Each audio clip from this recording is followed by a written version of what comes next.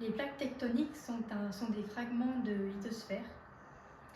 Elles sont en constant mouvement car en effet, elles sont animées par des mouvements divergents ou convergents. Les plaques lithosphériques ont un comportement cassant, à l'inverse de la sténosphère qui est ductile et qui est sous la lithosphère.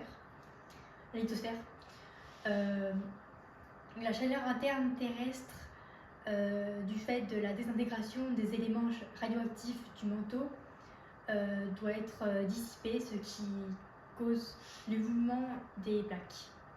Donc nous verrons ce qu'est la subduction ainsi que ses causes et ses conséquences. Tout d'abord, la subduction est le lieu de prolongement de la lithosphère océanique sous une autre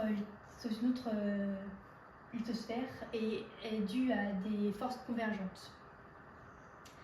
À cause du mouvement de convection dans le manteau, les plaques se déplacent dans la zone de contact entre plaques océaniques et plaques continentales.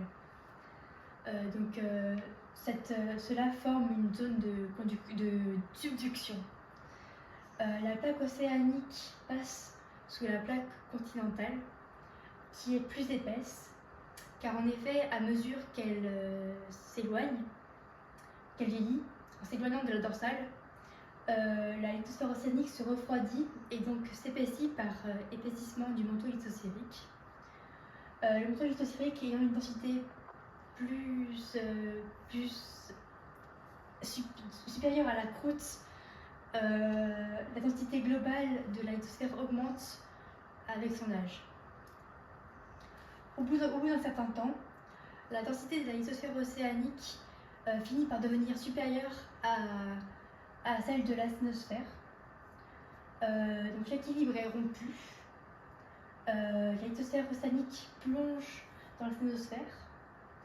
C'est donc une lithosphère froide, dense et hydratée qui passe en subduction. Cela provoque des séismes dont les foyers se trouvent le long du plan de prolongement de la plaque appelé le plan de Benioff. Les forces mises en jeu sont assez grandes. La plaque inférieure soulève la plaque supérieure. Au fur et à mesure, ce phénomène donne naissance aux montagnes. Et la remontée du magma crée des volcans. En conclusion, la subduction est un processus d'enfoncement d'une plaque tectonique sous une autre plaque de densité plus faible, ayant des conséquences comme la naissance des montagnes et la création des volcans.